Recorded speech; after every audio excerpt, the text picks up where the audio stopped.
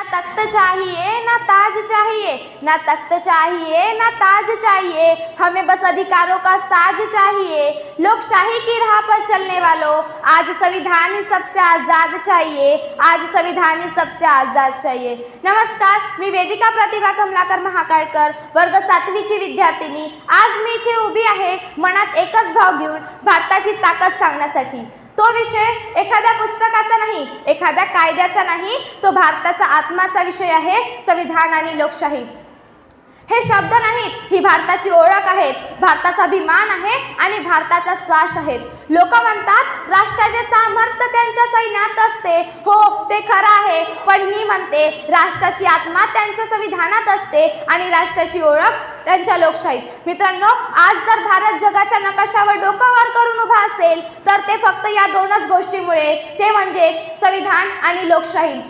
आपला भारत फक्त भौगोलिक रेषांनी बनलेला नाही, तो बनलेला आहे विचारांनी, मूल्यांनी व एका महान अशा दस्तावेजांनी, ते म्हणजे संविधान। संविधान लिहिताना फक्त शाही खर्च झाली नाही, खर्च झाला बलिदानाचा, संघर्षाचा व स्वातंत्र्य सैनिकांच्या आयुष्याचा।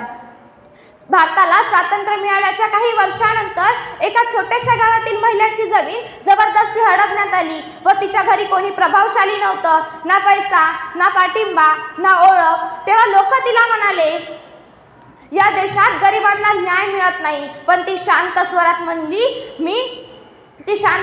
म्हणली, हा गुलामांचा नाही, हा संविधानाचा देश आहे आणि इथे प्रत्येक नागरिकाला न्याय मिळालाच पाहिजे।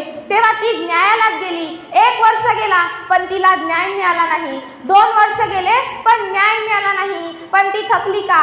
तर नाही थकली, कारण तिला एका वाक्यावर विश्वास होता, ते म्हणजेच न्याय उशिरा मिळाला तरी चालेल, पण न्याय मिळालाच पाहिजे। शेवटी 7 वर्षांनी तिला न्याय मिळाला, तिला तिची जमीन परत मिळाली। पत्रकारांनी तिला विचारले, तुम्हाला एवढा विश्वास कसा होता की न्याय मिळेलच म्हणून? तेव्हा ती हसली आणि म्हणाली, मी भारतात राहते, इथे राजे न्याय देत नाही, इथं न्याय देतं संविधान। मित्रांनो, संविधान हे फक्त पुस्तक नाही, तर त्या महिलांसारख्यांसाठी हे सामर्थ्य आहे।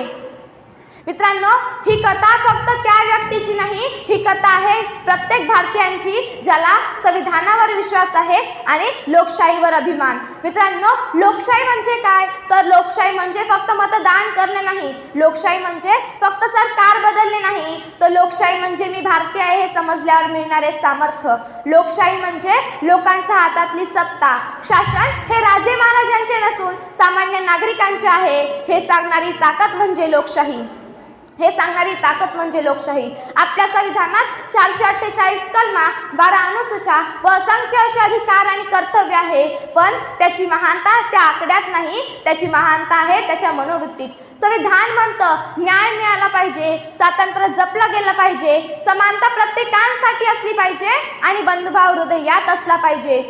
भारतीय संविधान हे जगातील सर्वात मोठा ग्रंथ आहे, ज्यात हिंदू, मुस्लिम, सिख, ईसाई सगळं एक समान आहे। आपल्या भारतीय इतिहासात एक व्यक्ती असे होते ज्यांनी हातात कलम घेतलं आणि लाखो लोकांचं भविष्य बदलवलं, ते म्हणजे फक्त आणि फक्त डॉक्टर बाबासाहेब आंबेडकर। त्यांनी संविधान लिहिलं नाही तर संविधान घडवलं आहे आणि त्यांनी कायदे लिहिले नाहीत तर लोकांच्या हक्कांना आवाज दिलेला आहे। ते म्हणाले होते, संविधान कितीही चांगलं असेल, जर त्यांची राखण करणारे लोक चांगले नसतील तर संविधानही निष्क्रिय ठरेल। म्हणून जबाबदारी आपली आहे लोकशाहीला जिवंत ठेवण्याची, कारण लोकशाही ही मंदिरासारखी असते, जर तिची राखण केली तरच ती टिकते। आजचा भारत तरुण आहे, डिजिटल आहे, शक्तिशाली आहे, पण हे सर्व शक्य आहे कारण आपल्या हातात आहे संविधानाचं रक्षण करण्याचं सामर्थ्य आणि लोकशाहीची मशाल।